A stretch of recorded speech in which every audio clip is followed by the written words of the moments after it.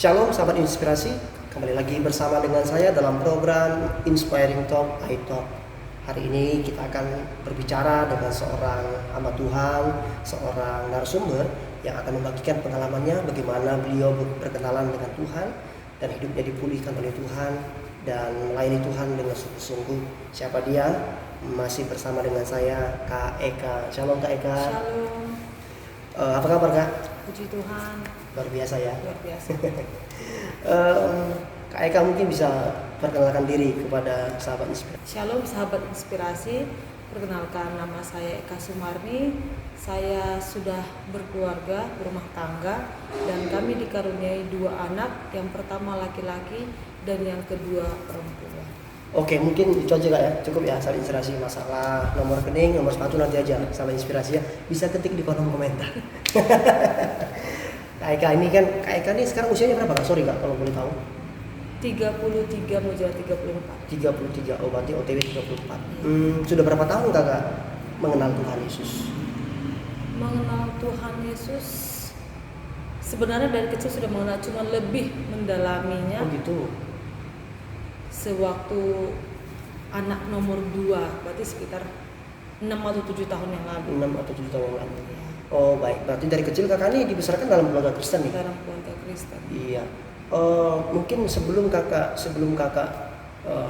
benar-benar menyerahkan diri kepada Tuhan, meskipun mungkin dari kecil sudah menjadi orang Kristen, mungkin ada pengalaman-pengalaman sebelum tadi kakak bilang kan lebih mengenalnya sekarang nih 6-7 tahun ini. Iya. Sebelumnya itu apa yang kakak alami sebelumnya? Ya sebenarnya kalau dalam keluarga kami cuma ya saya Kristen, kalaupun mau beribadah gitu ya. Ya sewaktu Natal, Oke. sewaktu Kristen ya Natal. Kristen Natal. Sekedar gitu aja. Oh, gitu. Cuman mengenal siapa Tuhan Yesus itu, siapa juru selamat itu Nggak ada. nggak ada. Oh gitu ya. Hanya sekedar ya, Bisa juga dibilang Kristen KTP gitu. Iya. Oh, oke. Saya dengar kakak ini sebelum menjadi orang Kristen nih, apalagi sekarang pelayanan ya, Iya. worship leader. Saya dengar kakak dulu mantan dukun nih. Iya.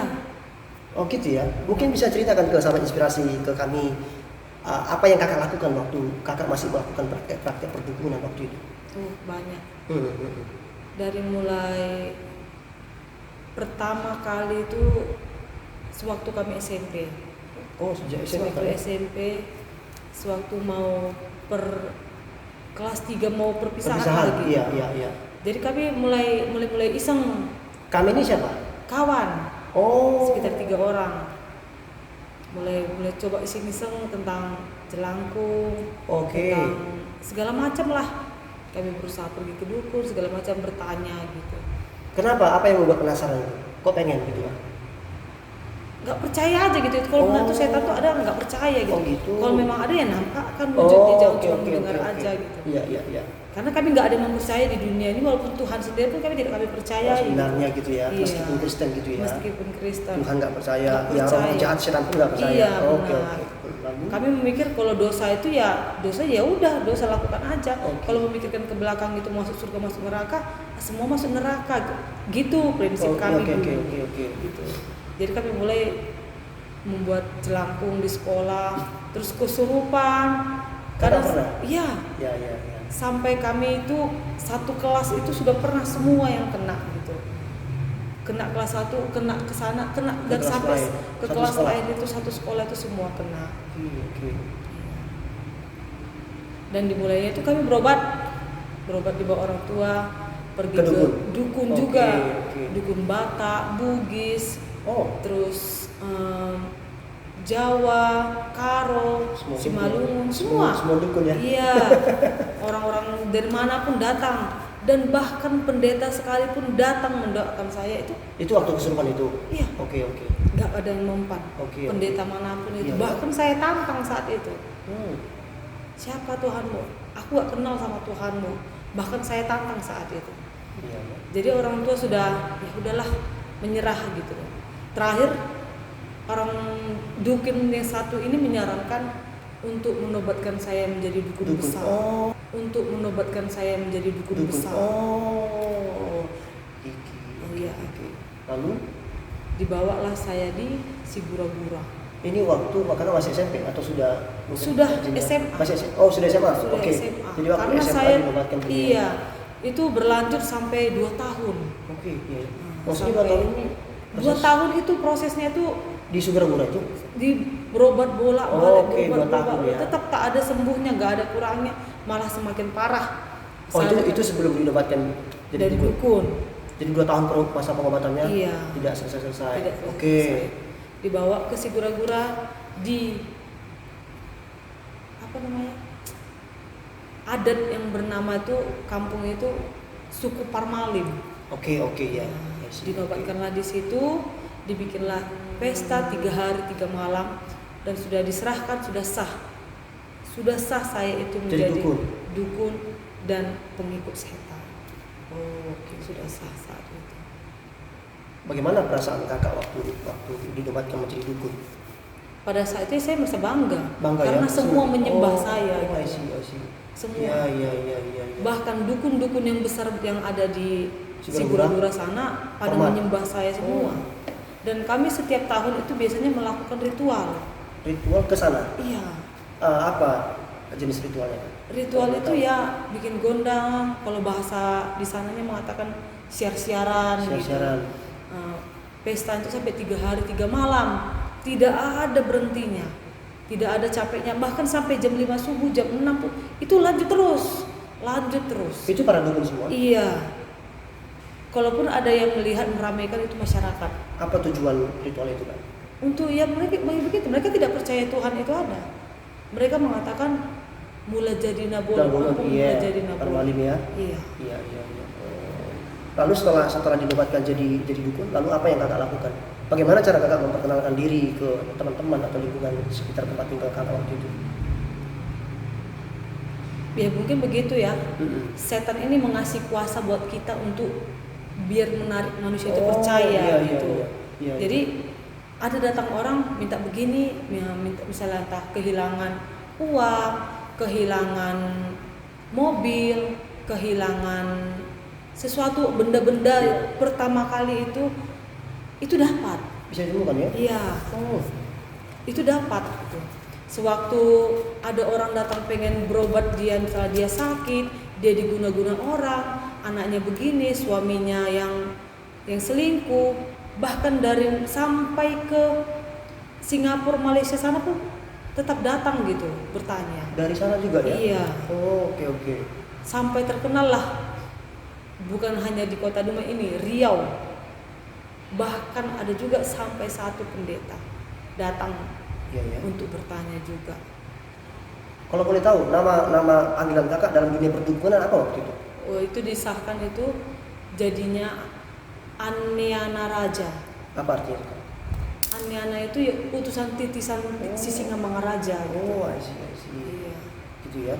Lalu waktu kakak banyak orang datang berobat pada kakak, apa yang kakak lakukan gitu? Misalkan contoh tadi ada masalah dengan keluarganya, Iya. lalu pengen selesai masalahnya, apa yang kakak lakukan?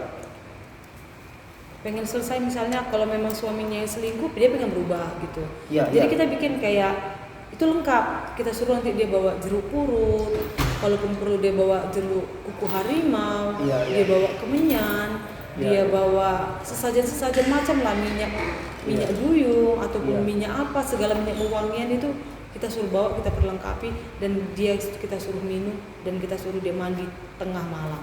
Kira-kira menurut kakak nih perkiraan berapa orang yang sudah berobat ke kakak? Wah, sudah banyak lah. Nggak terhitungan ya? Sudah tidak terhitung. Kalau mungkin saya membuat orang yang jadi dukun, Ada? udah banyak, Iya. banyak sekali. Kakak bawa juga ke Sugargura? Iya, tidak, kalau untuk Sigura tidak, cuma saya sahkan. Pada saat itu saya panggil salah satu rohnya yang pegangan saya serahkan sama mereka, untuk di tubuh mereka saya tanam itu sudah banyak. Bahkan segala cincin, giok, gelang, segala macam, ada kalung yang ada batunya, itu sudah saya masukkan segala jenis arwah gitu atau roh gitu Iya, ya. semacam jimatnya gitu Iya, ya? semacam jimat Masukin, gitu. ya? Sudah banyak gitu. Iya. Lalu kakak melakukan praktek perdukunan di mana? Di rumah atau punya tempat khusus mungkin? Di rumah itu ada kamar Ada tersendiri. tempat khusus ya? Dan itu semua kamar itu dikelilingi dengan ulos. Bahkan saya di situ mencari cawannya ini, cawan 7 cawan ini mencarinya itu keliling Danau Toba. 7 cawan untuk Mencari cawan ini. Oh. Nanti dia mengatakan begini, ayo kita cari di sana, rohnya yang sama saya gitu kan, Oh. setan yang sama saya itu, ayo kita cari di sini, kampung ini. Kami pergi semua. 7 cawan. Iya, mencari 7 cawan ini. Ketemu semua juga. Iya, dan saya digondangkan 3 hari 3 malam ini hanya untuk mendapatkan bahasa Bataknya itu lagi tiar, tikar 7 lapis. Dan bahkan roh yang sama saya itu, setan yang sama saya itu ada 7. Oh. Ada 7. Iya. Makanya sudah dibilang sudah diserahkan sama setan. Iya, sudah diserahkan. Respon orang tua waktu itu gimana? Setelah tahu kakak Pertama kali mereka nggak terima gitu. Oke. Tapi semenjak lambat laun mereka semakin dipuja-puja masyarakat, Oh, mereka gitu ya? bangga. Gitu ya? Jadi semua keluarga itu sudah ada saya kasih pegangan sendiri. Oh. Semua, bahkan orang tua itu semua sudah ada. Gitu ya. Sekarang kan udah berbeda nih. Iya. Udah bertobat gitu ya. Iya. Apa yang membuat kakak, bagaimana sih kisah pertobatan kakak, mungkin bisa Pertama kali nih. Iya. Pertama kali itu saya itu nggak pernah berdoa. Jadi saya nggak pernah meminta, saya nggak percaya sama Tuhan. Iya, Tuhan iya. itu nggak ada, itu menurut Oke. saya. Karena pun dikatakan saya sudah keluar dari Kristen masuk ke Islam dan balik lagi ke Islam. Berarti sudah menjual Tuhan lah gitu. Iya. Hanya demi laki-laki menjual Tuhan. Tapi balik lagi ke Kristen itu bukan karena kemauan kami gitu, karena kemauan orang tua. Oh. Balik lagi ke Kristen. Kalau saya ya udahlah, agama apapun itu ya sama itu. Sama aja gitu ya. Nggak ada pentingnya gitu lah. Iya, Yang iya. penting di KTP atau anak bisa diakui gitu, bisa diapa-apa. Iya, terserah yang mana agama bagaimanapun gitu ya. juga. Pertama kali itu adik saya sakit Oke. di Singapura, dia kena hantam kapal sampai kami nggak tahu kabarnya di mana, gimana keadaan dia kami nggak tahu gitu. Tiba-tiba datang kabar dia sudah operasi 2 kali. Oke. Kami bahkan orang tuanya, keluarganya nggak ada yang tahu satupun, tidak ada persetujuan dari kami bahwa dia izin apa mereka mengoperasinya gitu. Saya berdoa malam. Oh, berdoa. Karena semua orang sudah mengatakan itu udah nggak mungkin, udahlah, udah serahkan aja lah gitu, udahlah Iya, pasrah aja. pasrahkan gitu ya. Hmm. Iya. Saya berdoa. Pertama kali saya megang Alkitab, karena saya nggak percaya gitu ya kan. Ya sebenarnya saat ini kalau dipikirkan Alkitab memang itu firman Tuhan. Cuman kalau kita baca apa gunanya gitu kan. Saya ambil Alkitab, saya baca 1 ayat, saya pegang foto adik saya ini sambil saya nangis. Apa yang buat kakak kalau tiba-tiba pengen pegang Alkitab? Nggak tahu. Didorong aja gitu ya. Didorong aja gitu langsung, mengalir aja begitu. Oke. Tuhan, aku nggak percaya kau ada. Aku nggak pernah meminta samamu. Oke. Tapi kata orang, Oh. tiada yang mustahil bagimu. Aku nggak percaya itu. Tapi jika memang benar yang dikatakan orang itu, tiada yang mustahil bagimu, buktikan adekku ini bisa sembuh, bisa pulang lagi dia kembali ke dunia ini. Buktikan Tuhan. Jika memang benar bisa kau sembuhkan dia, bisa kau selamatkan dia Tuhan, aku berjanji apapun yang terjadi, walaupun pedang di leherku, aku akan jadi pelayanmu. Iya. Arti kata pelayan itu sebenarnya kalau saat ini saya paham. Kalau dulu saat kan, itu iya. pelayan Kok itu bisa gitu ya? bantu gitu kan. Tapi itu mengalir aja Keluar ya? seperti itu Iya, gitu. iya. Dan terjadi. Adik saya selamat. Saya itu dari dekat dari gereja Protestan gitu. Iya. Saya tidak ada berpikir lagi kembali ke gereja Protestan. Cuma saya lihat pertama kali kayak tersentak bawa ke sini gitu. Kayak ada yang mendorong beribadah ke sini, Oke. beribadah ke gereja ini, pergi ke sini gitu. Saya tepati janjinya. Ikut beribadah di gereja karismatik pertama kali. Saya tidak mengerti, hanya sekedar lagu-lagu, dengar lagu ya Iya, biasa. iya. Ikut janji, Cuman ikut apa ikut sih? aja ya. Mereka ini apa sih gitu. Iya. Ikut gitu. Rupanya nggak sampai situ. Tuhan masih menguji. Pertama kali anak adik saya yang selamat ini, anaknya itu pada saat itu terkena palasik gitu bahasanya. Iya. Palasik. Mereka sudah memanggil dukun semua. Hmm. Mereka sudah memanggil dukun. satu saya nggak tahu tak apa, cuma mengatakan panggil pendetamu, panggil pendetamu, panggil pendetamu. Dan disitulah bertemu Bapak Gembala beserta dukun itu, jumpa dalam rumah itu. Oh. Kenapa bisa kayak gitu? Aku nggak tahu. Cuman kayak ada aja menyuruh aku panggil. Pada saat itu aku udah hancur. Aku seorang dukun, tapi kenapa aku nggak bisa menyembuhkan adikku gitu? Kenapa nggak bisa menyembuhkan anak adikku? Kenapa nggak bisa menyembuhkan keluargaku? Itu memang pantangannya dukun. Tidak bisa menyembuhkan keluarganya. Oh iya ya. Ya udah panggil pendeta, dan pada saat itu dia sembuh. Kan ada seperti pernah Bapak Gembala khotbah katanya, beribadalah tapi jangan jauh-jauh gitu. Iya. Saya makin dalam ikut Tuhan, saya makin dalam, saya semakin rajin. Walaupun banyak pergumulan yang pada saat itu cuma beribadah saya sama anak, suami nggak mau ikut. Oh gitu ya. Pertama kali Bapak Gembala bertanya, kemana Bapak ini, kemana? Iya. Minggu depan, Ama, minggu depan. Ujungnya saya pasrah, berbohong terus kan. Ya udahlah, kita doakan aja. Lambat laun ikutlah suami, ikut ke gereja karismatik, ikut dia beribadah. Situlah langsung semakin dekat. Mungkin yang lain juga, jemaat yang lain juga bertanya, kok ini nggak bisa pegang babi ataupun terkena segala macam pun nggak bisa gitu. Kata mas. Iya. Bahkan anak yang pertama ikut juga. Gitu ya. Ketika dia menyentuh, jangankan dagingnya gitu, terkena airnya aja itu tangannya sudah melepuh. Oh gitu ya. Saya seperti itu juga. Jadi kalau terkena itu kayak terbakar. Itu pernah terjadi? Iya, itu sering. Jadi kadang keluarga nggak sengaja makan, tersentuh tangan gitu. Iya. Dia baru memegang itu tersentuh gitu. Itu pantangannya kan? Iya. Oh gitu ya. Pantangannya. Tidak boleh terkena seperti itu. Tidak boleh terkena yang namanya, itulah yang dipantangkan di darah babi itulah, ataupun daging babi segala macam lah gitu. Itu tidak boleh. Saya pun gimana ya, kok lain gitu, jemaat yang lain bertanya kok lain aneh gitu ya, kok aneh gitu. Iya. Asal ada acara di gereja ya saya tersendiri makannya, nggak mau gabung gitu. Ujung-ujungnya saya semakin dekat, dan entah kenapa khotbah Bapak Gembala selalu mengarah tentang pertobatan, perdukunan, semua mengarah ke situ. Iya. Kalau ditanya pada saat itu, kamu percaya nggak kamu masuk surga? Saya nggak percaya.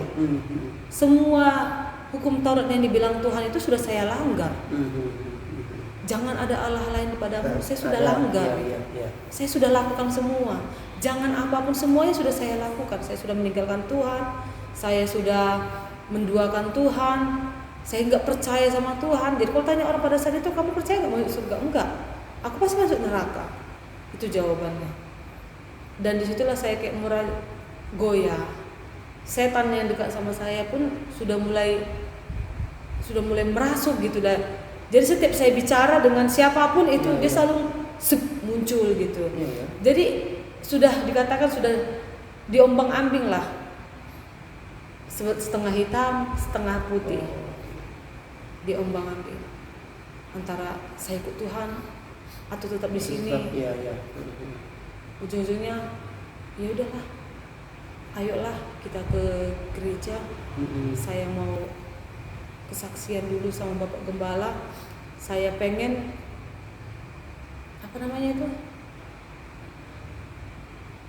kita mau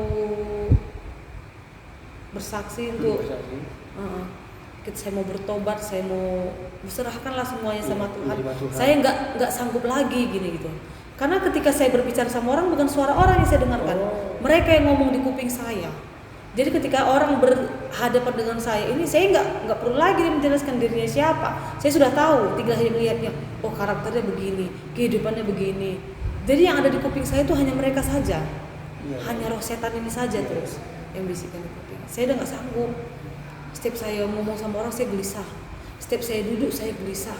Karena wajah mereka saja terus yang langsung hadir di muka gitu. Saya pergi ke gereja, dan saat itulah saya bersaksi sama Bapak Gembala, dan Bapak Gembala tumpang tangan. Itu nggak langsung saat itu saja, banyak cobaannya. Bahkan sampai abang saya mau saya parang, bahkan adik saya, suami saya sudah mau saya bunuh, anak saya mau saya bunuh. Kalau namanya parang, pecahan beling Kaca. botol kaca itu udah sering. Yang mau saya kalau nggak saya tancapkan ke leher suami saya, ke leher saya gitu. Kalau namanya setiap hari saya mau bunuh diri itu sudah selalu. Saya nggak takut mati. Karena itu memang kemauan setan kan. Iya. Sekarang kan itu pergumulan pertama-tama ketika mulai berusaha untuk pengikut Tuhan, banyak tantangan, dan kakak juga tadi katakan bimbang gitu kan. Sekarang bagaimana? Puji Tuhan. Bahkan saya saat ini itulah mungkin ada yang mengajarkan sama saya kawan gitu. Kakak bukan hanya merasakan baptisan air, tapi baptisan api akan kakak rasakan. Iya. Bahkan dari keluarga, dari jemaat ataupun dari siapa tuh pasti harus kakak rasakan sampai benar-benar kakak merasakan ikhlas gitu. Dan saya sudah rasakan itu semua. Bermasalah dengan siapapun sudah saya rasakan gitu. Dan puji Tuhan saat ini biarpun orang lain yang memfitnah saya, itu karena Tuhan ya, bukan karena kekuatan saya sendiri. Saya sudah berani mengatakan, sudah sanggup mengatakan, nggak apa-apa. Tuhan itu saya memberkati mereka, nggak apa-apa. Semakin mereka menfitnah saya, mencaci saya, itu menjadi berkat sama saya. Saya sudah sanggup mengatakan seperti itu. Kalau namanya damai sejahtera itu sudah semuanya karunia Tuhan sudah diberikan. Jadi kakak sekarang ini ada sukacita, luar biasa. Gitu ya. Tadi sudah sungguh-sungguh ngikut Tuhan, nggak ada lagi urusan-urusan dengan dunia jahat itu ya, roh jahat itu ya. Puji Tuhan. Karena memang Tuhan mau kita membuka hati kita hanya untuk Dia gitu kan. Makanya tadi seperti kakak singgung tadi, jangan ada Allah lain di hadapan Tuhan. Itu namanya berhala menduakan Tuhan kan ya. Mungkin banyak yang mungkin mau kakak sampaikan yang belum tersampaikan, tapi waktu itu terbatas. Mungkin ada yang ingin kakak sampaikan pesan atau motivasi kepada sahabat inspirasi yang mungkin ya orang Kristen tapi masih melakukan praktek-praktek perdukunan, spiritisme, masih berhubungan dengan roh jahat gitu ya, yang mungkin mereka belum tahu gitu kan ya. Mungkin ada yang mungkin kakak sampaikan, silakan Kak. Halo sahabat inspirasi, saya cuma mengatakan begini, Tuhan itu tidak pernah ada kata terlambat bagi siapapun. Saya saja bisa diselamatkan, apalagi saudara. Saya saja bisa diangkat derajat saya, apalagi saudara. Tiada yang mustahil bagi Tuhan kalau kita menyerahkan hidup kita dengan sungguh-sungguh kepada Tuhan. Wah, luar biasa. Jadi sahabat inspirasi, selagi kita masih ada di dunia ini, itu adalah kesempatan bagi saudara dan saya untuk sungguh-sungguh mengikuti Tuhan. Tidak ada Allah-Allah atau ilah-ilah lain dalam hidup kita, karena Tuhan tidak menyukai hal itu. Dan di Alkitab, kalau saudara nanti bisa baca di tempat saudara, dalam kitab Imamat, kitab Ulangan pasal 19 juga itu dijelaskan bahwa Tuhan sangat menentang praktek-praktek perdukunan, datang kepada petenung, datang kepada roh-roh orang mati yang mungkin banyak dilakukan oleh orang di luar sana. Meskipun kadang-kadang Kristen itu sangat dibenci oleh Tuhan, bahkan itu kejahatan, dosa bagi Tuhan. Kalau saudara ingin merasakan kebebasan, ya, firman Tuhan berkata bahwa Dialah jalan dan kebenaran dan hidup, dan ketika Dia masuk ke dalam hidup saudara, maka saudara akan merasa bebas. Tidak ada ikatan, tapi sukacita dan kepastian keselamatan ada pada kita karena anugerah yang Tuhan berikan bagi kita. Terima kasih, semoga apa yang kami bicarakan tentang kisah pertobatan dari Kak Eka ini memberkati saudara, dan saudara ambil keputusan bagi saudara yang masih menduakan Tuhan. Silakan saudara tinggalkan yang lain dan saudara pilih Tuhan, maka saudara akan mendapatkan hidup yang berkelimpahan di dalam Tuhan. Terima kasih Kak Eka. Saya berdoa keluarga Kak Eka diberkati Tuhan, pelayanannya diberkati Tuhan, imannya terus bertumbuh. Amin. Dan menjadi berkat bagi banyak orang, supaya banyak orang juga dimenangkan untuk pelayanan Tuhan. Sampai jumpa dalam edisi Inspiring Talk. Jika ada pertanyaan atau komentar, respon, silakan ketik di kolom komentar saudara. Nanti akan bisa kami bantu untuk meresponnya. Tuhan memberkati kita semuanya. Shalom. Shalom.